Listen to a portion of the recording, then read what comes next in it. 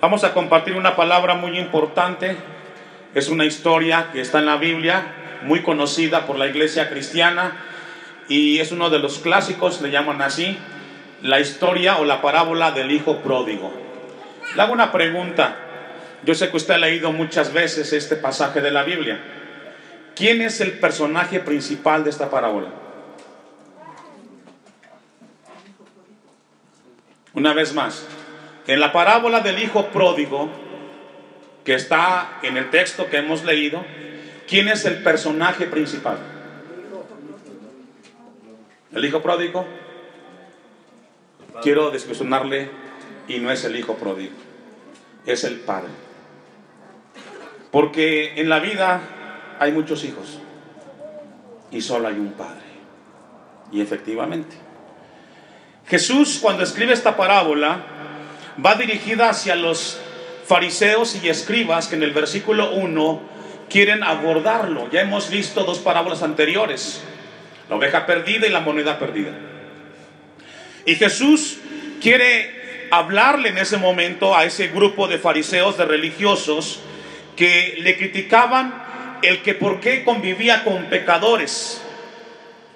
Y también Jesús quería enseñar, o quiere enseñar en este pasaje o en esta parábola, que Dios es un Dios misericordioso, que está deseoso de que los pecadores arrepentidos vengan a los pies de Jesús. Esta parábola, como bien acabo de mencionar, tiene tres personajes principales: dos hijos, el hijo pródigo, o el hijo que todo lo despilfarró, el hijo que se quedó en casa, y el padre. Anteriormente yo había entendido de una forma este pasaje, y regularmente pensaba mucho en el hijo que se quedó, porque el hijo que se fue por su voluntad, ¿cierto? E hizo con lo que tenía lo que él quería. Pero algo me llamó la atención mientras revisaba, y en el texto 12 Dios me abrió el entendimiento. Ponga su vista ahí. Y el menor de ellos dijo a su padre: Padre, dame la parte de los bienes que me corresponde. Vemos a un hijo con una iniciativa de pedir la herencia, pero miren lo que el padre hizo. Dice el texto 12 al final, ¿qué hizo? Léalo, ¿qué dice? ¿A quiénes? A los dos. Es decir, no solamente le dio herencia al hijo menor, le dio herencia a los dos. Y los dos decidieron hacer con la herencia lo que ellos querían. Uno vendió lo que recibió en especies y lo despilfarró. ¿Y el otro qué hizo? Entonces, ¿por qué le reprochó al padre? ¿Por qué le dijo: ¿por qué ahora que tu hijo viene le haces fiesta? ¿Por qué se lo reprochó? Si realmente le dio a cada uno los bienes, ¿qué tenía que reprocharle al padre? Vamos a ver con la ayuda de Dios esta historia que tiene un mensaje muy importante. Con esa breve introducción que nos hemos colocado ahí, vamos a ver con la ayuda de Dios. Es una parábola, es una ilustración, una enseñanza que tiene un mensaje de parte de Dios profunda. También dijo: un hombre tenía dos hijos. Estos dos hijos hacen alusión a dos grupos de personas que en el mundo existen, y entre ellos está usted y estoy yo. Estos dos hijos representan a los religiosos que están dentro de una iglesia. Esos son los que están representados por el hijo que se quedó en casa. Y el hijo pródigo representa a aquellos pecadores en los cuales estoy, o aquellos que hemos venido a los pies de Cristo, y que después de entender que el mundo nunca nos da lo que necesitamos, venimos arrepentidos a Cristo. En esos dos grupos está usted, en dentro del hijo pródigo o del hijo mayor. Versículo 12. Y el menor de ellos dijo a su padre: Padre, dame la parte de los bienes que me corresponde. Vemos aquí a un hijo que exige el derecho que tiene como hijo de pedir los bienes que su padre había realizado. Le dice: dame los bienes que me corresponden. Hemos escuchado muchas veces este tipo de situaciones donde los hijos piden y exigen lo que nunca han trabajado, porque la herencia es voluntaria, ¿cierto o no, hermanos? Si el papá decide, lo hace, y como él lo reparta, es decisión de él. ¿Y qué tiene que hacer el hijo? Aceptar, respetar, ¿cierto? Entonces el padre dice en este versículo que él toma una acción, y ya vimos que el padre no tomó preferencia. Al verse ante esa situación, él decidió repartirle en ese momento a los dos hijos la herencia. Dice el versículo 12: y les repartió, ¿qué, hermanos? Los bienes. No muchos días después, es decir, pasó un tiempo después de que el padre hace esto, los hijos comienzan a ver qué van a hacer con lo que recibieron. Dice el texto 13: juntándolo todo el hijo menor. Fíjese que este hijo menor recibió la herencia, pero no recibió dinero. Recibió quizás tierras, quizás animales, pero él decidió hacer algo. Dice el versículo 13: juntándolo todo, el hijo menor se fue lejos a una provincia apartada, y allí desperdició sus bienes, viviendo como, hermanos, perdidamente. Dice el Salmo 139 que no podemos huir de la presencia de Dios, ¿verdad que no? Él es omnipresente. Dice el Salmo: no lo busque, usted lo sabe. Si subo a los cielos, ahí estás tú. Si voy al Seol, ahí está tu estrado. Si fuera a un extremo del mar, ahí estás tú. Nadie puede escapar a la presencia de Dios. Sin embargo, este hijo pródigo piensa que yéndose de casa, nadie podrá ver lo que hace. Dice el texto que se fue lejos a una provincia, ¿qué, hermanos? Apartada. Esta palabra, hermanos, que encontramos ahí, provincia apartada, nos habla que se fue a un lugar donde encontró gente, escuche esto, que vivía lejos de Dios. En ese lugar lejano, donde él quiso irse, se encontró gente con las mismas condiciones. Y esa gente con la cual convivió hacía lo que toda la gente hace que está lejos de Dios. ¿Qué hace? ¿Piensa en Dios? No piensa en Dios. Piensa en los placeres de la vida, piensa en los excesos, y comienza a hacer de su vida todo menos buscar a Dios. Y sabe que esto, hermanos, es profundo, porque lejos de Dios la vida del hombre se torna con mucha dificultad. He escuchado lamentablemente algunos que dicen: me voy de casa, me cansé de estar en esta casa donde no me dejan tener la libertad de hacer con mi vida lo que yo quiero hacer. Y piensan que yéndose de casa les va a ir mejor. Yo lo experimenté. Y me tocó la experiencia desafortunada del sufrimiento de saber que lejos de Dios la vida no es mejor. Siempre será mejor cerca del Señor. A veces escucho a algunos padres que comentan cómo sus hijos comienzan a chantajearlos, exigiendo y demandando derechos en el hogar. Y con tal de que los hijos no se vayan, los padres ceden al chantaje. Le compran su celular, le dejan llegar a casa a la hora que ellos quieren. Y los hijos comienzan a aprovecharse de ese cariño que los padres tienen, y comienzan ellos a generar esta situación. Juntándolo todo, el hijo menor se fue lejos. Se fue lejos a una provincia apartada. Busque Romanos capítulo 1 versículo 28 y vamos a ver qué hace la gente que vive apartada o lejos de Dios. ¿De qué forma actúa la sociedad o la gente que vive lejos de Dios? Dios, Romanos 1:28, ¿ya lo tiene? Amén. En este pasaje encontramos las características de la gente que vive lejos de Dios y que encontró este hijo pródigo. Y como ellos, ¿qué hermanos?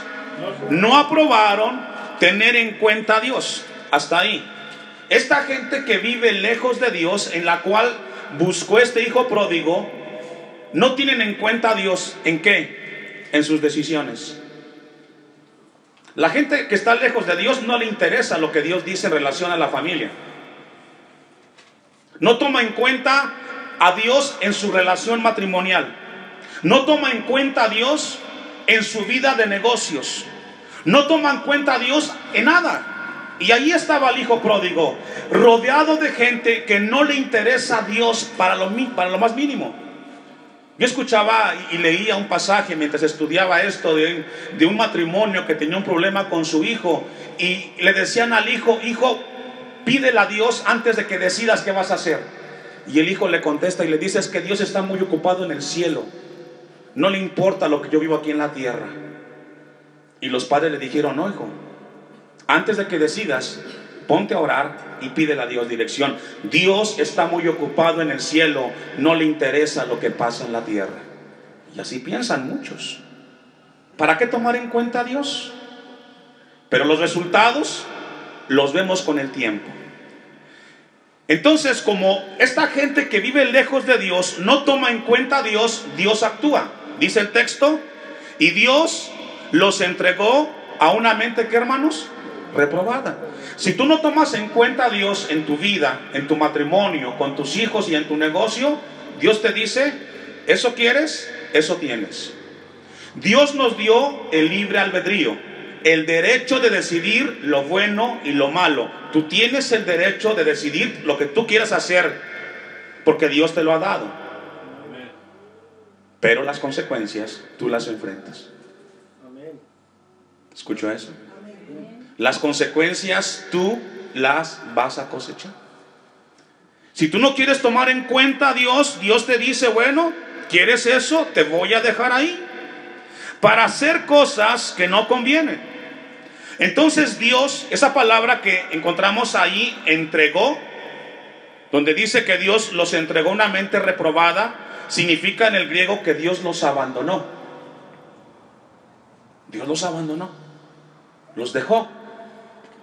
Y dice el texto 29: estando atestados de toda injusticia, fornicación, perversidad, avaricia, maldad, llenos de envidia, homicidios, contiendas, engaños y malignidades. Parece que está describiendo el México de hoy, ¿verdad? Parece que está describiendo el México de hoy. Y es más, el Morelos de hoy, donde vivimos. 30, murmuradores, detractores, aborrecedores de Dios, injuriosos, soberbios, altivos, inventores de males, desobedientes a los padres, necios, desleales, sin afecto natural, implacables, sin misericordia. Con este tipo de gente se juntó el hijo pródigo. Y con ese tipo de gente se junta el que se aleja de Dios. ¿O no? ¿Qué gente encuentras lejos de Dios? Gente así. Gente que no es sincera, gente que no te va a enseñar cosas buenas. Las cosas buenas están cerca de Dios. Y con este tipo de gente se encontró el hijo pródigo. Ahora, algo profundo que yo veo aquí, hermanos, en los textos que estamos leyendo, dice el versículo 32: quienes, habiendo entendido el juicio de Dios, es decir, la gente que vive lejos de Dios, saben que va a haber un juicio, pero no les interesa saber que van a entregar cuentas de su vida. Se juntan con esa gente y saben que tienen que rendir cuentas al final de la vida. No les interesa saber en este momento el juicio. Dice el texto: quienes, habiendo entendido el juicio de Dios, que los que practican tales cosas son dignos de ¿qué? No solo las que las hacen, sino también, dice el texto, se complacen en los que, ¿qué, hermanos? Y ahí estaba el hijo pródigo, en una provincia apartada, con gente separada de Dios, lejos de Dios, y viviendo en esta vida de excesos. Sigamos leyendo el texto de Lucas 15:13. No muchos días después, juntándolo todo, el hijo menor se fue lejos a una provincia apartada. Ya vimos qué significa una provincia apartada: gente lejos de Dios. Y ahí desperdició, ¿qué, hermanos? Sus bienes. Mire, esta versión, o este versículo, lo encontré en otra versión, una versión que se llama mesiánica, y dice así, escuche con atención: tan pronto como pudo convertir su parte en dinero, el hijo menor se fue a un país lejano, donde derrochó su dinero viviendo una vida atolondrada. Quiere decir que este joven no recibió dinero, recibió especies, pero lo vendió todo. Algo que me llamó la atención estudiando este pasaje es que la palabra bienes que encontramos ahí en el griego significa bios, con B de bueno. Y la palabra bios significa vida. ¿Qué tiene que ver eso, pastor? Usted trabaja en un trabajo y trabaja 8 horas. Y después de 40 horas a la semana, ¿usted recibe qué? Un sueldo. ¿A cambio de qué? Del tiempo, del trabajo y de la vida que dejó en 40 horas. ¿Cierto o no? Usted no recibe un cheque solamente por recibirlo. Usted lo recibe a cambio del trabajo, del esfuerzo, de la vida que dejó en esas 40 horas de esa semana. ¿Sabe qué hizo este joven con el trabajo del padre, de la madre, que sembró, que regó la tierra? La desperdició. Porque no fueron solamente las cosas materiales, fue la vida de papá y de mamá que no valoró. ¿Cuántos hijos reciben algo de parte de sus padres y tan pronto lo tienen en la mano, lo que hacen es venderlo y deshacerse de ello, sin saber cuánto costó el sacrificio de lo que vendiste? Lamentable y triste. Este hijo pródigo hizo eso. No valoró el trabajo, el esfuerzo del padre. Versículo 14. Y cuando todo lo hubo malgastado, vino una gran hambre en aquella provincia y comenzó a faltarle. Cuando todo lo hubo malgastado, ¿cuánto, hermanos? Y fíjese que no solamente malgastó el dinero, también malgastó la salud, el trabajo, el tiempo y los dones.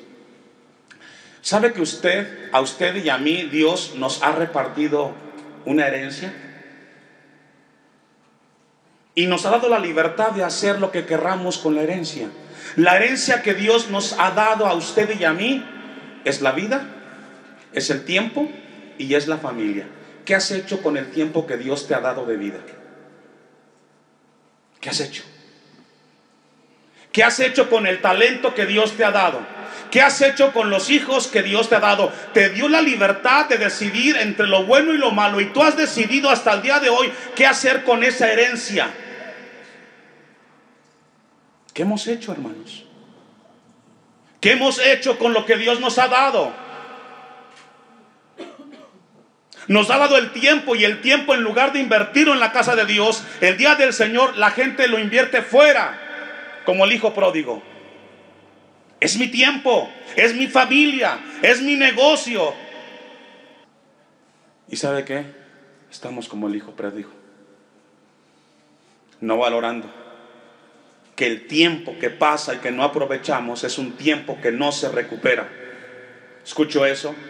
No tendrá otra oportunidad como hoy de estar en la casa de Dios. Si estás, eres bendecido. Si no estás, te la perdiste. No tendrás una vez más en tu vida un 11 de diciembre como este para estar aquí. Solamente una vez. Qué bueno que está aquí. Amén. Y cuando hubo malgastado, habla que él malgastó su salud, su tiempo, y comenzó a faltarle, dice el texto. Ahora, ¿por qué cree que le comenzó a faltar? Porque también desperdició el tiempo. Se dio cuenta que la vida pasa muy rápido. Este hombre o este joven dice que vino una gran hambre en aquella provincia y comenzó a faltarle. Quiere decir que estuvo un buen tiempo por allá y se dio cuenta que la vida no es la misma a los 60 años que a los 30. ¿O sí, hermanos? No.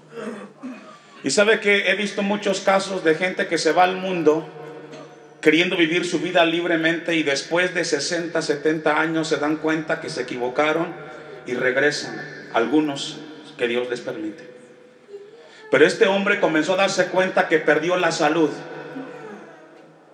que comenzó a cosechar en su cuerpo los excesos de la bebida y quizás llegó con cirrosis y quería cambiar su vida. Miren lo que dice Isaías 46, 7. Libro del profeta Isaías, capítulo 40, versículos 6 y 7. ¿Ya lo tiene? Ponga su vista ahí. Voz que decía, da voces. Y yo respondí, ¿qué tengo que decir a voces? Dice otra versión, da una voz con grito. Y yo pregunté, ¿qué debo de gritarle a los hombres? Dice el versículo 6, que toda carne es hierba y toda su gloria como flor del campo. Isaías dice, esto es lo que tienes que decirle a la gente de hoy, que su vida es como la flor del campo, que hoy la tienes y luego no la tienes. Cuando yo leía esto, hermanos, yo pensaba y veía de repente una fotografía de hace 15 años y me veo ahora y digo, ¿qué pasó? El tiempo pasa. Dice el versículo 7, la hierba se seca y la flor se marchita, porque el viento de Jehová sopló en ella, ciertamente, ¿me ayuda a leer? Yo escribí esta frase que quiero compartir con usted, escuche con atención. La vida es tan corta como para malgastarla lejos de Dios. ¿Qué piensa usted? Escuche de nuevo. La vida es tan corta como para malgastarla lejos de Dios. Pregúntele aquí a los hermanos que tenemos más de 50 años. ¿Vale la pena desperdiciar nuestra vida? No. Estamos más cerca del otro lado. Esta palabra es para la iglesia, hermanos. Aprovechemos el tiempo. No seamos como el hijo pródigo malgastando lo que Dios nos ha dado. Versículo 15 de Lucas 15. Y antes de que leamos el texto 15, yo escribí 3 preguntas que quiero compartir con usted antes de leerla. El versículo 15. La primera pregunta para la iglesia: ¿qué ha hecho de su vida hasta el día de hoy? ¿Qué ha hecho de sus fuerzas que Dios le ha dado hasta el día de hoy? ¿Qué ha hecho de su inteligencia que Dios le ha dado hasta el día de hoy? ¿Para vivir lejos de Dios o para aprovechar el tiempo en el Señor? ¿Qué ha hecho, hermano? Estamos en un punto donde Dios nos está hablando, hermanos, que tenemos que entender que la vida no podemos desperdiciarla. Pronto nos vamos a secar y vamos a pasar de esta tierra. Y no podemos andar como el hijo pródigo, viviendo lejos de Dios, conviviendo con gente que vive lejos de Dios, que no estás aprovechando el tiempo del Señor aquí en la tierra. Tienes una inteligencia, tienes un talento, eres alguien que puede dar, pero prefieres estar lejos de Dios. Texto 15. Y después de que se dio cuenta que la vida no era como él pensaba, fue y se arrimó a uno de los ciudadanos de aquella tierra, el cual le envió a su hacienda para que apacentase cerdos. La palabra que resalta ahí es se arrimó. ¿Cómo le cambió la vida a este joven, verdad? Porque cuando inicia la historia o la parábola, él exigió ¿qué? La herencia. ¿Qué hace una persona arrimada cuando llega a un lugar? Llega a casa el hijo mamá, no tengo dónde estar, ¿tienes dónde quedarme? Pues hijo, solo tengo el cuartito que tengo allá, donde tengo todas las cosas que ya no sirven. Una persona que se arrima a un lugar, hermanos, es porque no puede resolver la vida por sí mismo y necesita de otro. Una persona cuando vive en esa condición de arrimada, no pide, no exige, cede. Donde usted me coloque, mamá, en ese cuartito, ahí me ubico. Este cuadro, hermanos, me habla de muchos jóvenes que hoy que están en casa demandan, exigen su cuarto, su espacio, y los padres se sienten contra la espada y la pared. A veces sería importante que se fueran un poco de casa para que se den cuenta cuánto cuesta la vida fuera de casa.